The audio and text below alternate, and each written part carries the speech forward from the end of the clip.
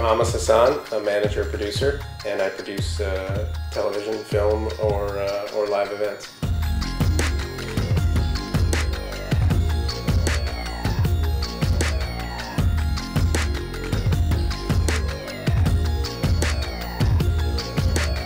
I was the executive producer of Life with Louie, an animated show.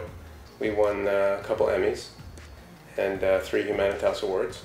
And then I manage the business affairs and the career affairs of some clients, some comedians and some writers. I serve on the board for MPAC, which is a Muslim Public Affairs Council. And I run their Hollywood Bureau, which is a group of people that work within the entertainment industry to essentially influence authentic portrayals of Muslims or Arabs on screen. We've tried to open some doors for Muslim artists. We did a writer's workshop with ABC. Probably the most current example is this show Tyrant, which is on the air now. The producers came to us with the pilot script, first pilot script.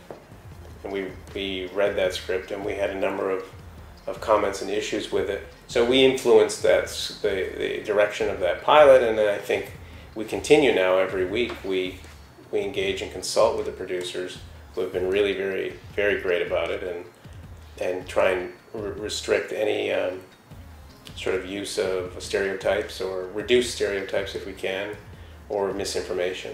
It's an ongoing thing and it continues to change, and it's rewarding and it's worth doing. Most Americans are starting to understand that Muslims are just people, and they have beliefs that are not so different than say, most Americans. Producers now realize there is real information they need access to, and so now they're open to telling more authentic stories. And there's less of a motivation to give material that is incendiary. And I know some of the work that's being developed, and I see a change.